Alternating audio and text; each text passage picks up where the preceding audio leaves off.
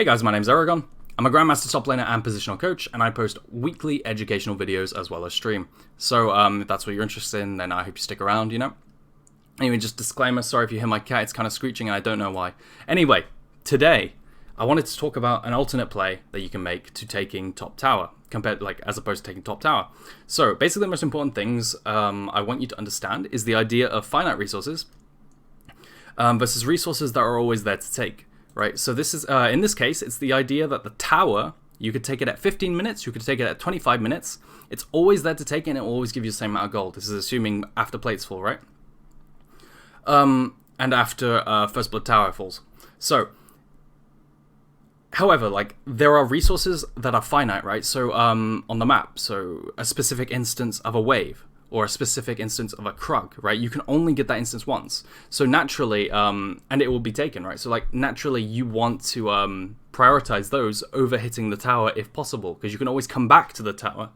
There are also plays that we can make with the tower up. So I'm gonna get into this using examples. And I'm gonna show you one now. So hopefully you could snowball your leads better. So let's look at this, right? This example, I'm losing, but I have an opportunity to snowball as hard as I can because my team's winning, right? So you could apply this context to any game where you have a lead as well, right? It's the same kind of principles. So let me play this. So basically what's going to happen is my team's going to win a team fight, and I have to capitalize on the fact that my team don't need me, and I have to generate a big gold lead using their pressure, right? As big of a gold lead as I can. So I want you to have the info that I have no one stopping me, okay? So this could be a scenario where I'm winning lane, I killed my laner, and I have to snowball this lead now, right? I have to use the time that my laner's dead, right? So it's the same sort of thing. What would generate me the most gold in this scenario right now? So I want you to look at all the information that you have on the screen, right? With this specific play, I have a minute and a half to do whatever I want. A minute to a minute and a half to do whatever I want. So what would generate me the most gold? Here's a hint. Take into account the timer, all the resources that are up, that are coming, everything like that, and then pause the video and just think about what you should do, what the Renekton should do. Okay, I assume you've done that. So what I will almost always see coaching, unless there's a Giga High Elo player, is they will default to immediately rushing down the tower. Okay? So big thing I gave you a tip on was the fact that the game timer.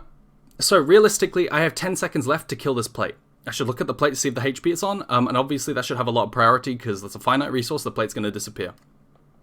If I don't have time, which I don't, I only have 10 seconds, and the plate HP is too high, then I shouldn't hit the tower at all, because then I'm wasting my time hitting a sack of meat, when what I could do, and here's the kicker, is I could leave the tower up, not take the tower, and yes, I miss out on the immediate gold of the tower and the global gold, but I could also leave the tower up for the long run and let it destroy my minions, right? Use it as a minion killer so that the enemy team can't farm them. Because what happens when I take this tower?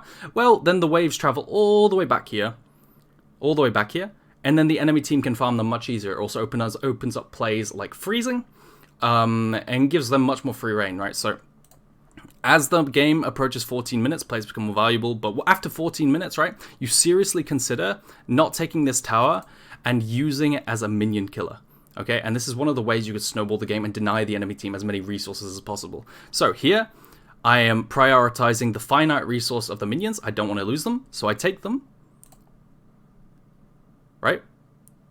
And then all the while, my minions are dying, so the enemy team's not getting them, as opposed to taking the tower and letting it get here, and then the enemy team might come and get them. And then I also prioritize the finite resources of the enemy Krug camp, all instead of taking the enemy top turret. Because I can, the whole point is that I can always come back and get the top turret, right? But I can't always come back and get this specific camp, right? So there's multiple benefits, right? They can't freeze down here. They miss minions, I can always come back, and this is the biggest way to snowball a lead, assuming I know I can come back and take this turret, which I know I can because my team's winning, right? This gains more, this has more impact, the more valuable the gold is to the enemy team, so let's assume, or XP, right? So let's assume they have a Nasus or a Kayle, and you really want to deny them, right? You don't take this turret, because then that lets them freeze all the way down here. You leave it up, let it kill minions, so that they're trapped in lane all the way up here, right? So if, for example, if I'm winning lane, right, let's take another example of this game. If I'm trapped in a lane with Kayle, and I really want to beat her up and deny her farm, I'm not going to rush to take this tower. I'm going to keep her trapped in lane with me, right? So I can bully her out, or I can dive her, right? Because she has to walk all the way up here, and she's really weak and susceptible. But yeah, it's just the whole idea, right? You can apply this to so many different scenarios. Oops, it actually went back. But yeah, this is the idea of which resources to prioritize. And then the wave is in a nice spot again. And obviously, if the turret was about to die to the minions, then I'd collect the local gold, right? So, when do you take the turret? So, okay, let me start. So one of the examples, right? When do you take the turret? Is when you can get this turret. Because the real gold, honestly, is here. You've got to evaluate how much is the gold worth right now. Because I can't deny, obviously, if you take this turret, that you get an instant spike of gold, right? So you got to evaluate how much is that instant spike of gold worth, and maybe you're close to a completed item. I'm not, so it's a bit less valuable. What if you're a Camille and you're like 250 gold away from your Divine Sunder, right? And we all know how broken Camille is on a one item spike, you know. If she gets plus turret, right? So you got to evaluate that. Then of course she'd take it, right, and get Divine Sunder, then she can run over to Dragon, ace the enemy team, get a pentakill, right, like this sort of thing. Also, another reason why you might take this turret, let's say you have Herald, and you can threaten this turret, because fun fact, a lot of people don't know this for some reason, the second turret is much squishier than this turret, right, this has 3,600 HP, this one has 5,000, so if you're in a position where you kill the enemy laner, you and your jungler have Herald, you can kill this turret, and then Herald charge the next, maybe you can kill this one. This one drops 750 local gold, right? So if you kill this one and this one, it's a huge instant swing of gold, and maybe that just like pushes your lead over the margin that the enemy team can't deal with, right?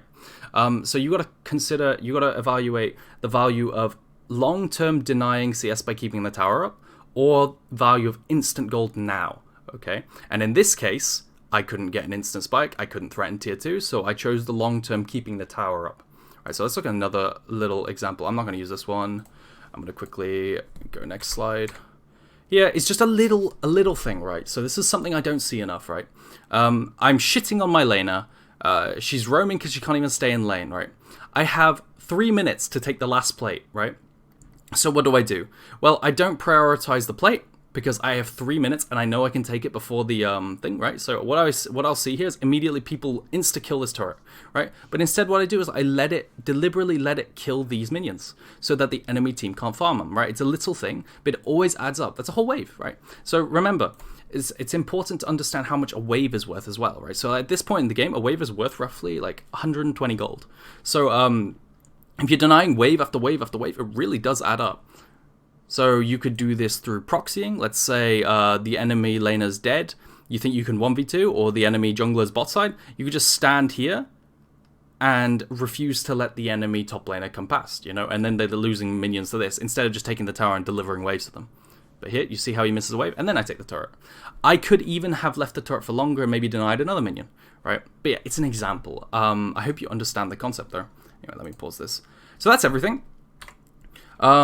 I hope it was helpful, just so you get a better idea. Obviously, there's way more to this topic, right? I'm trying to condense the most important things, so you get into a better mindset of snowballing, because you don't always have to default to taking the turret. Maybe you can use the turret as a minion killer and prioritize other resources if you have time, and you can, right? Because remember, you can always come back and take the turret later. So it definitely applies more after 14 minutes when the plate's full, but it also applies earlier if you know you can get the plates later anyway, okay? And also, especially if like the enemy's a scaling champ, you want to keep them trapped in lane, this sort of thing. Anyway, I'm rambling. I'll probably be streaming later today, so if you're interested in like seeing these concepts live in action, then you know, feel free to check me out. I stream over here, and then my Discord's for coaching, specifically top lane and community stuff, etc., etc. Anyway, thanks for watching, guys, and I'll see you later.